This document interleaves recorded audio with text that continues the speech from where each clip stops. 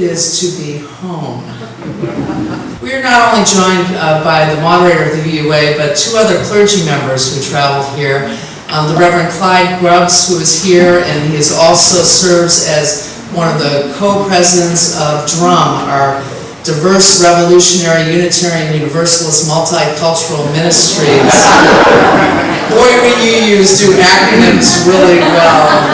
That is you've heard me talk in my role as president of Allies for Racial Equity about how that group was actually birthed in response to the charge from DRUM, our community of color, to have an organized group of people who identified as white to work in collaboration and accountable relationship with them. What I want to say about home is all of those for whom Unitarian Universalism has either been your home or is just your home today, wherever it is you connect, we welcome you here, for this is a home.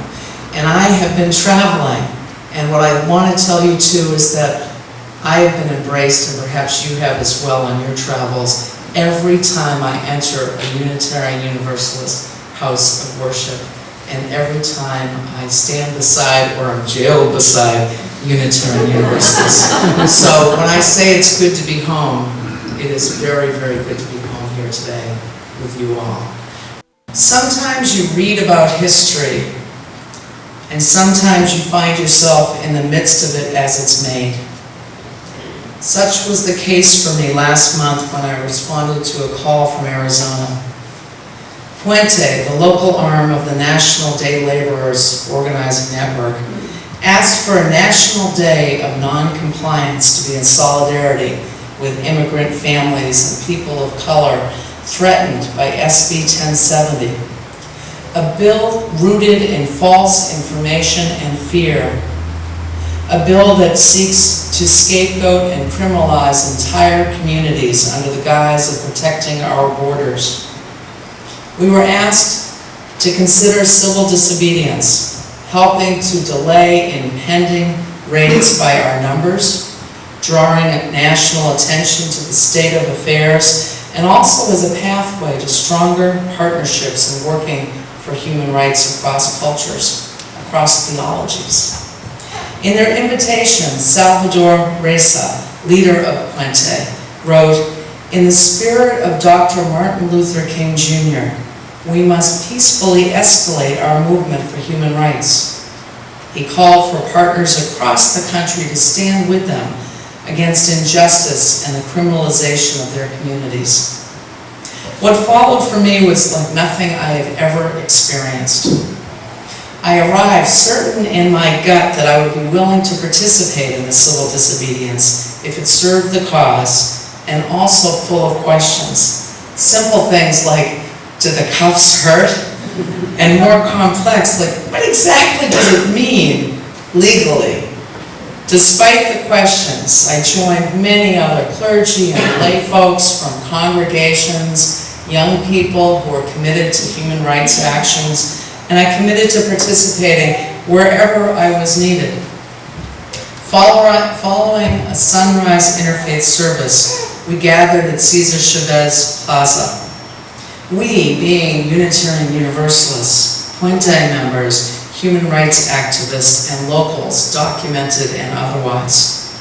Over 150 Unitarian Universalists participated in the actions, either willing to be arrested or, very importantly, supporting those who were.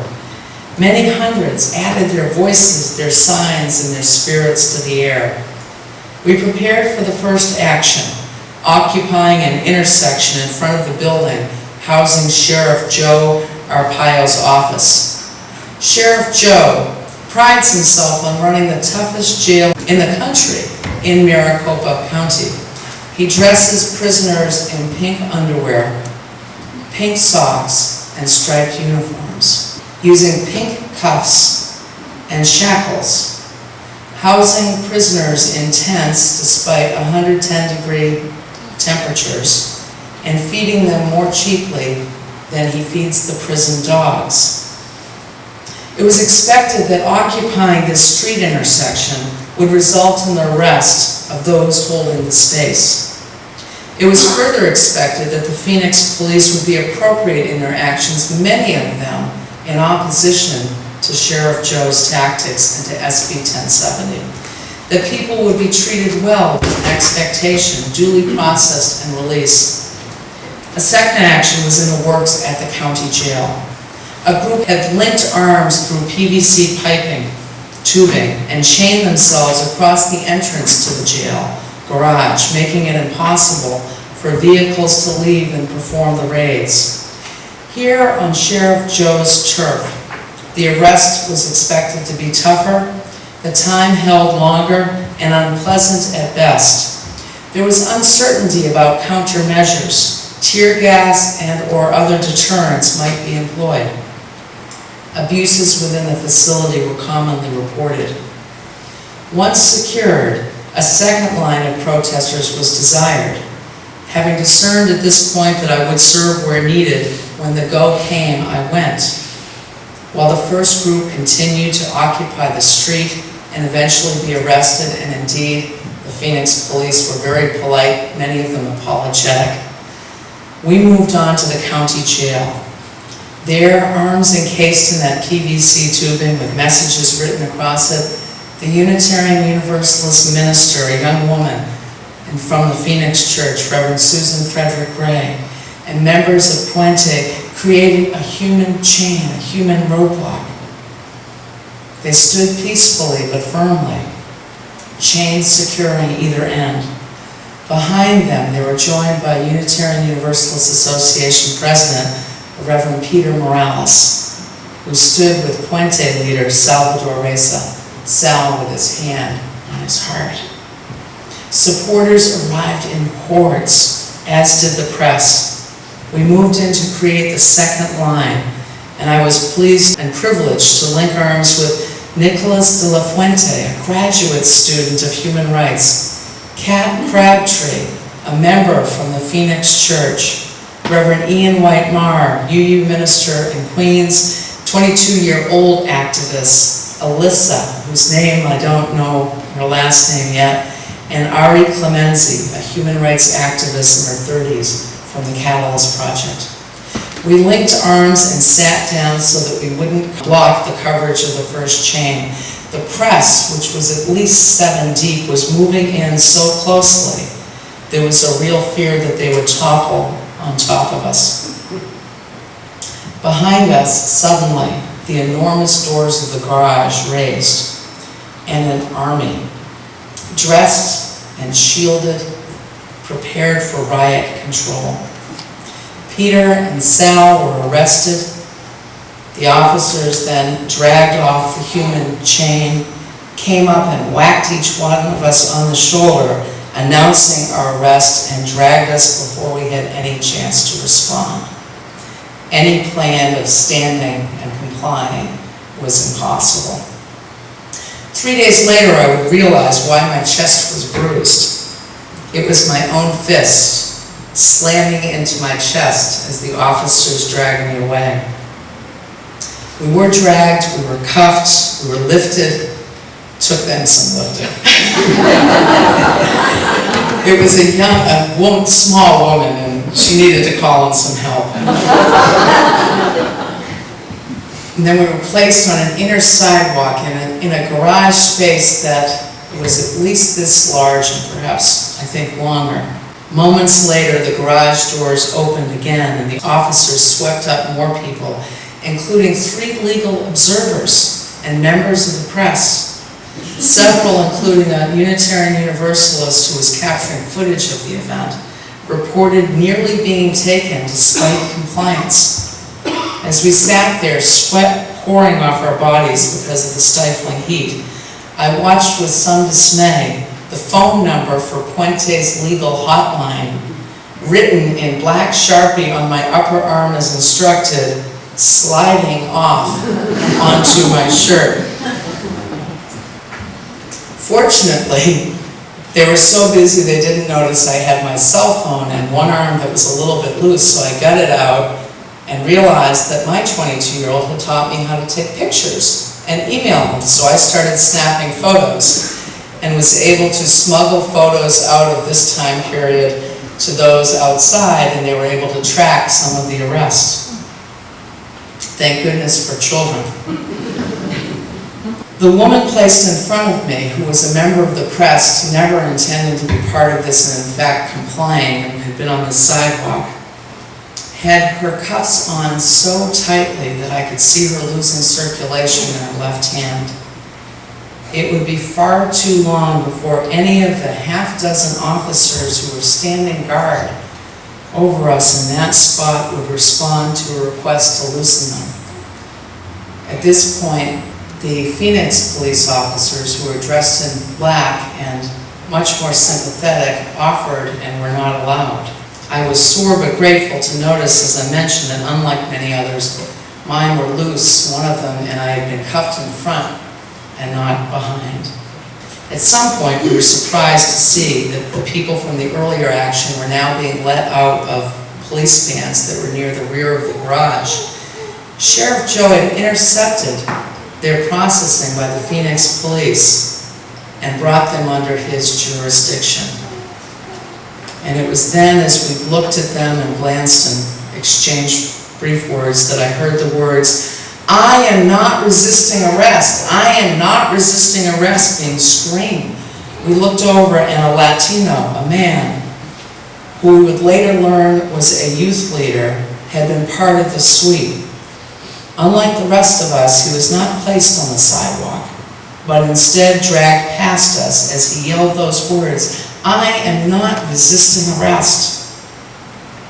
When we saw him again, it was clear that he had been beaten. After what seemed an eternity, they hauled us to our feet. What followed was hours of processing.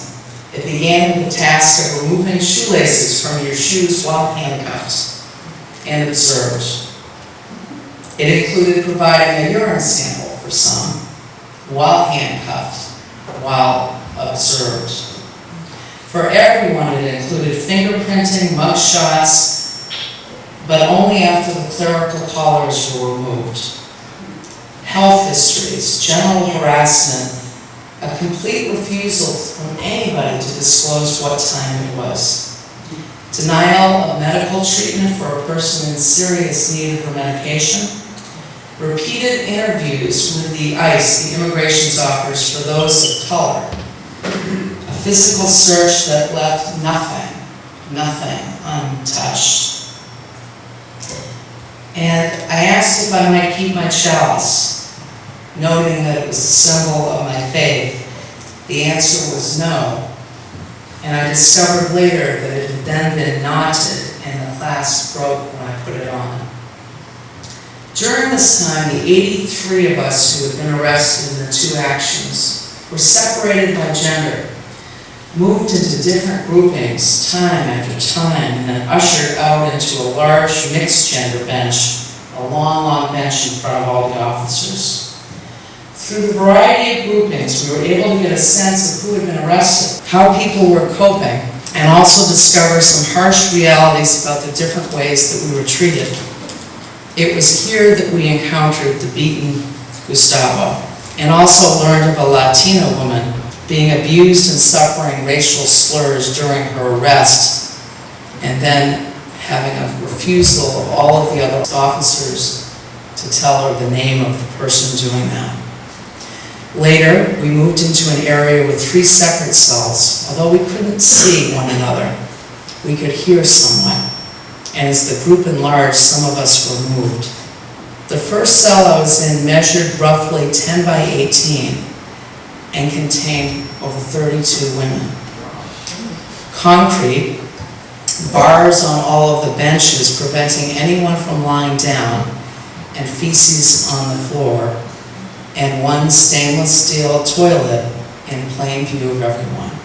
One of the unexpected consequences of the moving around and the disruptions, however, for the women I'll speak, is that we bonded across not just that one cell, that one group of women, but over 3.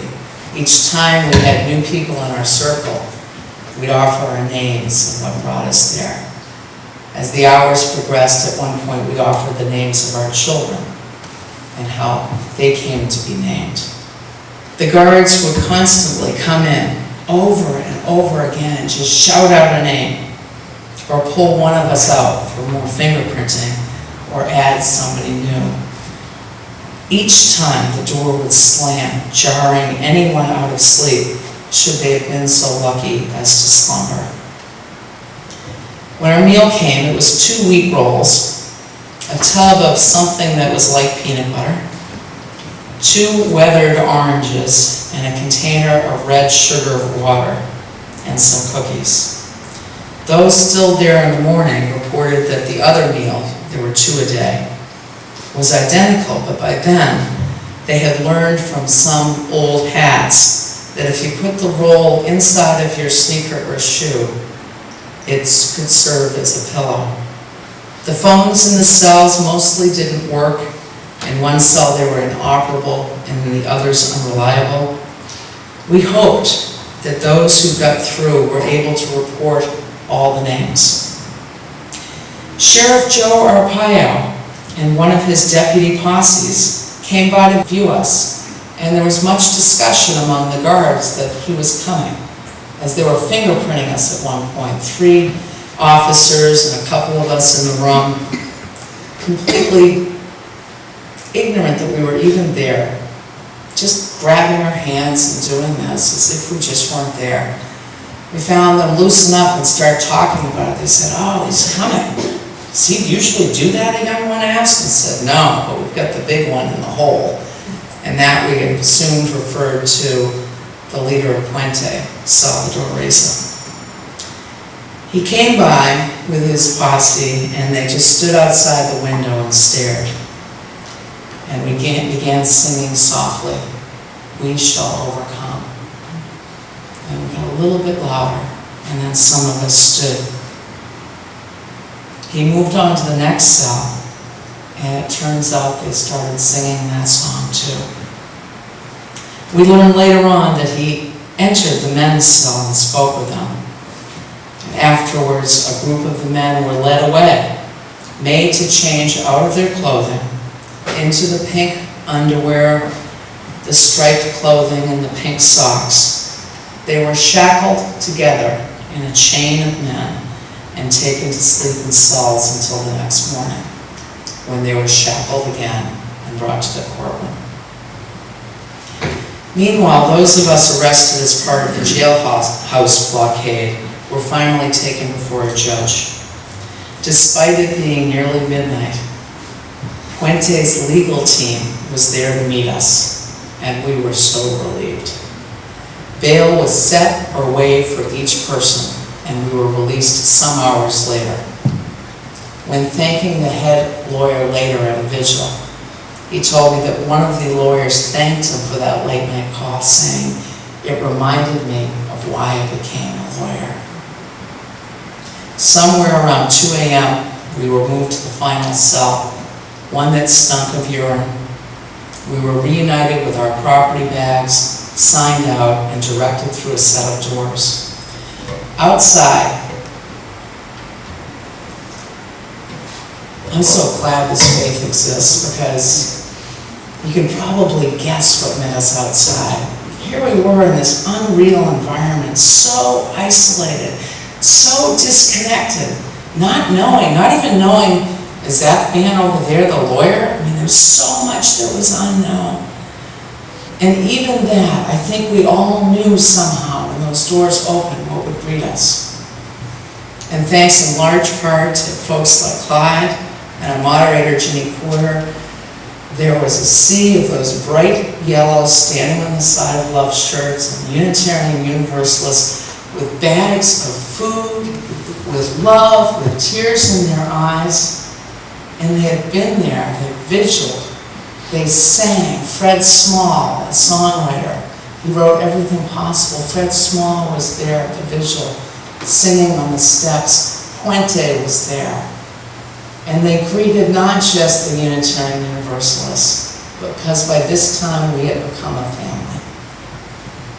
They greeted each and every one of us, and they waited and they came back and greeted them all again the next morning.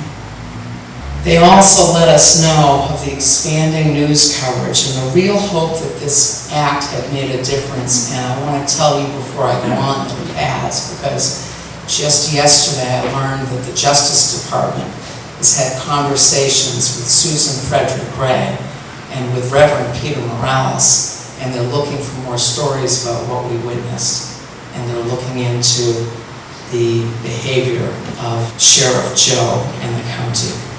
And so ended day one. In the days to follow, the remaining protesters would be released. We'd hear more stories of neglect. Another group of activists were arrested, and Sheriff Joe himself was present as Sal Reza was pulled out of his car and arrested, having just been released, arrested again for no valid reason other than to cause him another day of grief, discomfort, and intended degradation. When Sal was finally brought before a judge, all charges were dropped because there simply was no cause. Getting arrested in this act of civil disobedience hurt physically, but more so spiritually.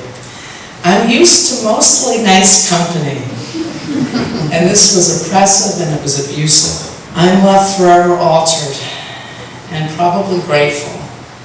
Some pieces, I'm aware, are scarred by the certain truth that people can fall so far from their best humane selves that they can treat anyone so poorly. But there are worse scars and harder learnings. Everything that I knew intellectually to be true about racism, internalized racism, and white privilege, I've now experienced up close where the pain to our siblings of color was anything but subtle. It's one thing to understand that I won't get stopped driving a nice car in Wellesley, Massachusetts, or Marblehead, or Winchester, and that a young black man quite possibly, and some times of night, probably will. It's quite another to witness an entire system in which the norm is to intentionally do harm to people with brown and black skin, and without blinking an eye, treat white people better. And worst of all, to assume that the white people won't care. What's going on in Arizona is not about Arizona, or even about Sheriff Joe alone. The specificity is important in that we as a people of faith and power, that we act to help stop what's happening there. But we need to see it as more. What's happening there is not contained in a single state or even a region. Racism is alive and well throughout our country, and we must pay attention and act. Arizona may well be the chosen battleground for those wishing to promote anti-immigrant legislation and practice, but it's part of a larger plan that has little to do with immigration and everything to do with disempowering, disadvantaging, and harming people who are brown and black in our country. And people are signing on. Earlier this week in New Hampshire, this headline: Latinos are welcome to swim at Natticook Lake at Wasserman Park, but they're not going to find any Spanish language there to list the park rules. And in Staten Island, a series of attacks against Mexican immigrants has been reported, 10 since April. Just over a week ago, a Mexican immigrant who had lived in the United States for 20 years walked home from a soccer game in New York, Staten Island, was attacked by 5 men shouting racial slurs. Last month, 2 Ecuadorian men viciously beaten walking home from a bar in Brooklyn, New York. 1 died days later. In May, a Puerto Rican man living in Illinois was nearly deported to Mexico. Anti-Muslim sentiment is also on the rise, with the New York Times reporting protests and harassment at the construction site of mosques in Tennessee in California and Wisconsin. In California, protesters brought dogs because they understood that Muslims hate canines. And September 11th is now being advertised by hate groups as International Burn a Koran Day. And most chilling, the results of the new program on ABC called What Would You Do? The program set out to test reactions to blatant racism involving a deli server and Latino customers. 2 Latino actors posing as day laborers struggling with their own English, trying to order coffee and a sandwich. The clerk, also an actor, hurled racist insults at the 2, including "get back in your pickup truck with the rest of your family." Over the course of the experiment, 88 people came into the store. Of those, 49 didn't get involved at all, and 9 sided with the cashier. 30 customers came to the defense of the day laborers. One Latino left in tears, telling ABC's News afterwards, "There are some places that don't want us there. When we go into a diner, sometimes they won't even sell us a sandwich." Sometimes you read about history, and sometimes you find yourself in the midst of it as it's made. We are in the midst of what may well be one of the most important human rights struggles of our time. As a people of religion, we are called to be counted among those who will stand for all humans, work for systems that are fair, appropriate, and humane, and stop evil in its tracks. And we have a track record of doing just that. This congregation has a track record of doing just that. In his letter from the Birmingham jail, Reverend King also wrote, "I must confess that over the past few years, I have been gravely disappointed with the white moderate. I have almost reached the regrettable conclusion that the Negro's great stumbling block in his stride toward freedom is not the white citizen's counselor or the Ku Klux Klaner, but the white moderate who is more devoted to order than to justice. I pray, but I also have hope because I'm here in this great house and home of hope. I pray that in the midst of this historical struggle for human rights, we as a faith, we as a congregation, as individuals, rise beyond the moderate, educating ourselves, discerning our own unique contributions, and take on the work of converting those more devoted to order than to justice. Sometimes you read about history, and sometimes you find yourself in the midst of it as it's made.